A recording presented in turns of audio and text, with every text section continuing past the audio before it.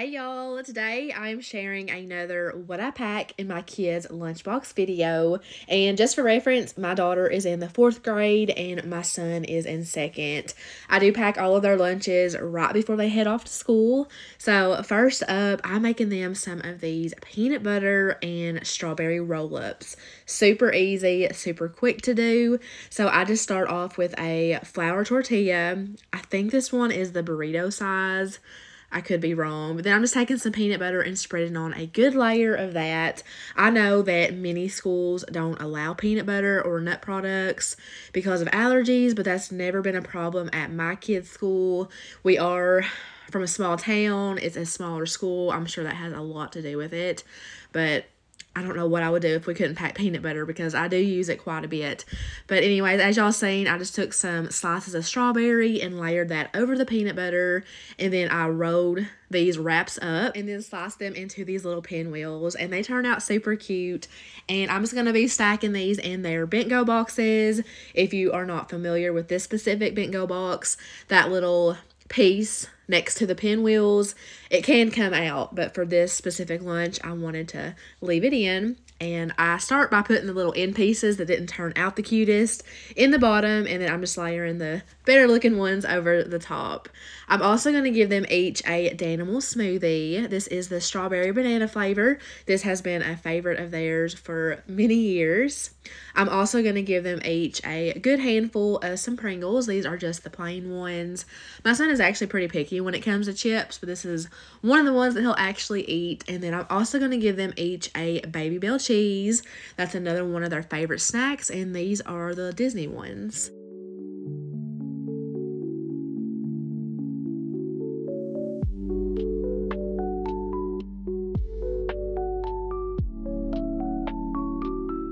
So now I'm going to get everything packed up and ready to go. I always include a napkin in their lunches. And I decided to switch it up and throw in a Yoo-hoo. I haven't bought those in a while. And every day they do go to school with a water bottle. These are their water bottles. For now, we'll see how long they last, but these are to sit on their desk for them to sip on throughout the day. And they typically do have a water flavor packet in them. We have been using the Dole dye-free ones that I've talked about in many videos. And then here we are at the end of their school day. I picked them up. Many of y'all like to see what they actually end up eating. So as you can see, Boston ate absolutely everything. And then Riley came back with her drink, which is surprising. Usually Boston does that, not her. And she ate everything and came home with an empty mystery pack of fruit snacks. Next up, I'm going to make the kids a pot of chili. They both love chili, so I knew that they would tear this up. And I did cook this the day before, so that way all I have to do in the morning is heat this pot back up and put it in their thermos. So for this chili, very simple recipe. It's just a pound of ground beef that I cooked up. I seasoned that meat with some salt and black pepper, onion, and garlic powder. I stirred that to make sure the seasonings are coating all of the meat. I let that continue cooking, and then I drained off any excess grease. Now, this is the first time I've ever done this. This is the Bush's Best Chili Magic. I've had this in my pantry for a while. It was about to expire, so that was kind of my inspiration for making the chili. But it's got all of your seasonings and everything already in there. I kind of just followed the directions on the back of that can, except for the end, which I'll talk about in a minute. But I also added in just a normal size can of tomato sauce. And then I know this is weird for a lot of people, but where I'm from, this is very common to add some spaghetti noodles to your chili. That's how the schools here serve it.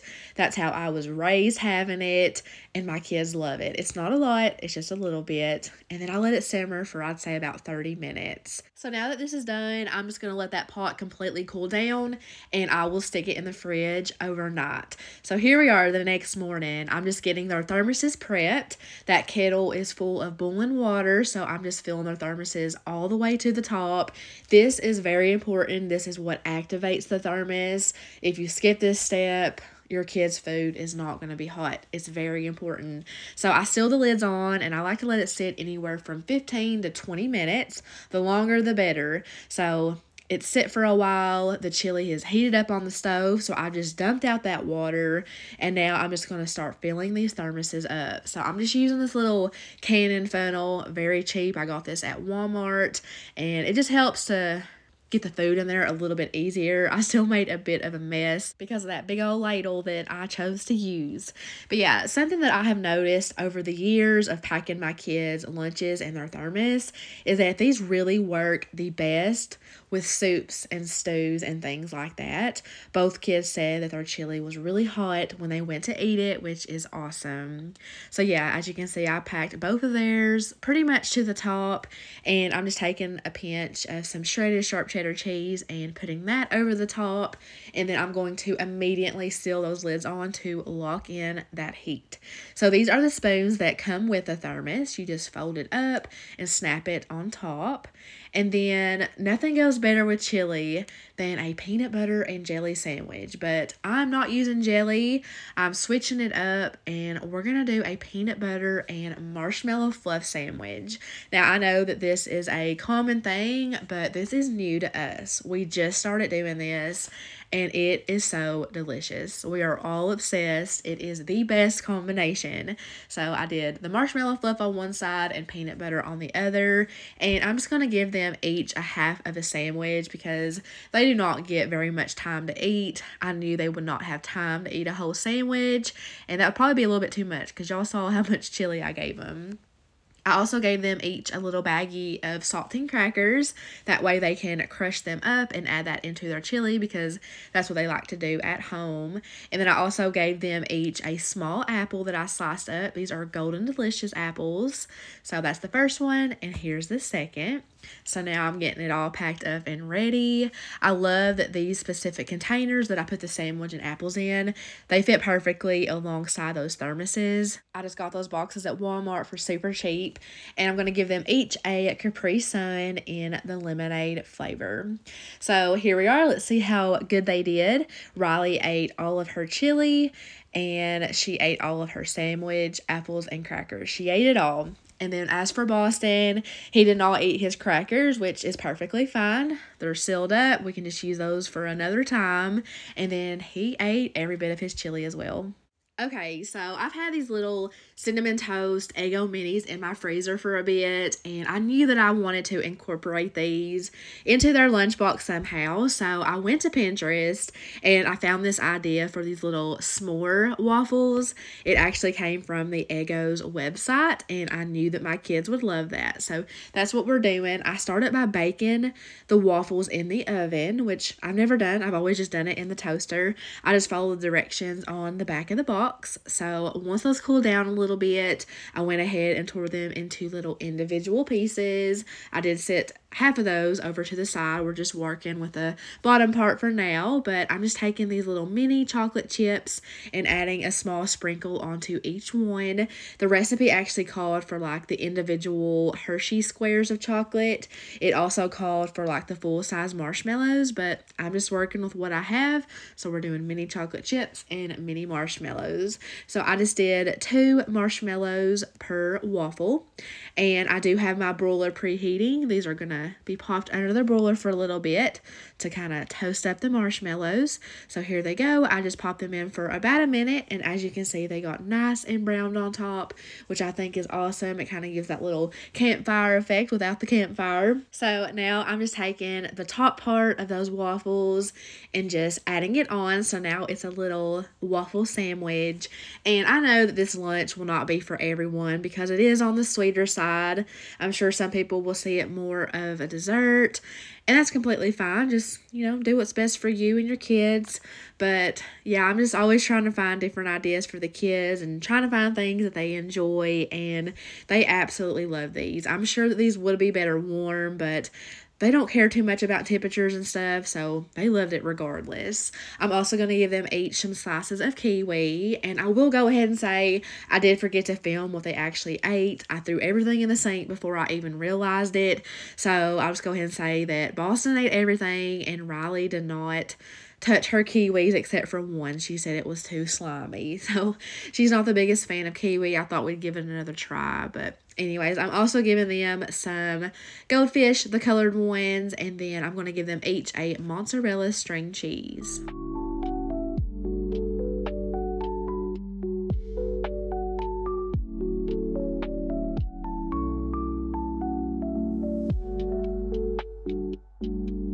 Now I'm just getting it all packed up. I've got their napkin in there, and I always include an ice pack up there in the little zipper pocket up top. I gave them each a fork for their kiwi, and they're each getting a cherry flavored Capri Sun. Next up, they are taking pizza. I don't believe I've ever packed them pizza for their school lunch. I don't remember ever doing that. But this is just a frozen Jack's pizza that I woke up a little early for and baked. And something that I've been doing differently lately that I'm sure most people have done all their life, it even tells you to do this on the back of the packages, is I've been baking my pizzas directly on my oven racks versus a pizza pan like I normally do. And it makes such a difference. And then I can just put it on the cardboard it came with and cut it, and it saves a dish. It's been awesome.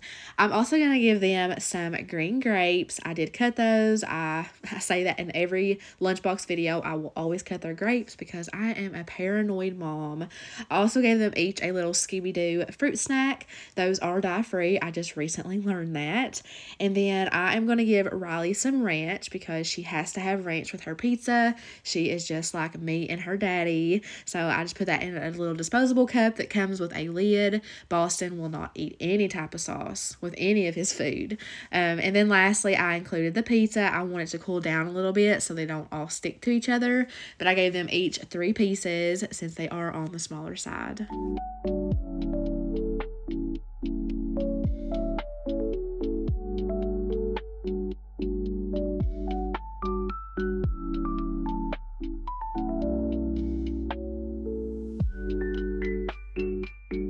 These Bent Go boxes will not keep that pizza hot, but my kids love leftover cold pizza, so that thought is what inspired me to pack it for them. I also gave them each a Go-Gurt, and then I gave them a Capri Sun in the Pacific Cooler flavor. So let's see how they did. Boston did not touch his drink. I don't see how he does it, but he did eat everything in his box. And then for Riley, I noticed a little pizza stain on top of her lunchbox, so I was checking that out. I was able to get it out, but she didn't eat her pizza crust, which she never does, and she ate about half of her grapes. This last one was the last day before their fall break, and I woke up a little bit later than what I wanted, so I feel like my filming was a little bit unorganized, which I'm sure y'all won't even notice. But I started by priming my thermoses, and then I'm just prepping some little cups of pizza sauce because I'm air frying them some cheese sticks, which I will show that here in a little bit, the type I use and everything like that. And I'm also going to include a really simple and easy recipe for some homemade applesauce. I did this the night before, and I just had an abundance of apples that I really needed to use up. I used even more than I showed there. I ended up using 16 apples. I peeled all of them. I removed the core, and then I just chopped them into large chunks, as you can see. That was the most time-consuming part to this recipe, but it was satisfying being able to use all those apples up. I threw them all in my Instant Pot, and the recipe said to use a cup of water, but a lot of people in the comments said that was too much, so I used a little less than 3/4 of a cup. I also added in some cinnamon, which you don't have to use, but we love a good cinnamon applesauce. I just kind of eyeballed them out, and then optional as well is the sugar. I just used what was left in my little canister, so I would say about a tablespoon. So I just added the lid onto my Instant Pot. I'm turning it on and setting it for 5 minutes. Once that 5 minutes was up, I let it naturally release for 15 minutes before I release the pressure and open the lid.